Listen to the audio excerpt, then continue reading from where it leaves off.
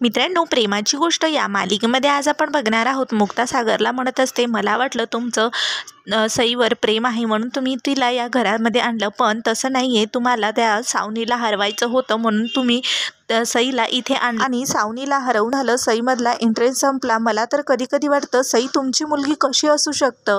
हे ऐकून सागरला मात्र खूप राग आलेला. सागर खूप रागाला येतो आणि मुक्ताला म्हणत असतो, जेव्हा तुम्हाला खरं समजेल ना तेव्हा तुमच्या पायाखालची जमीन सरकेल. तर सागर मीच आहे तिचा बाप असं म्हणतच जोरामध्ये ग्लास फोडू लागतो. तिथे मुक्ता येते आणि मुक्ता म्हणत असते, हे काय करत आहात तुम्ही. तर सागर ओरडतच म्हणत असतो, गप्प बसायचं, घर माझं आहे, मुलगी माझी आहे. तर मुक्ता म्हणत असते घर तुमचं असेल पण आता मुलगी तुमच्या एकट्याची नाहीये.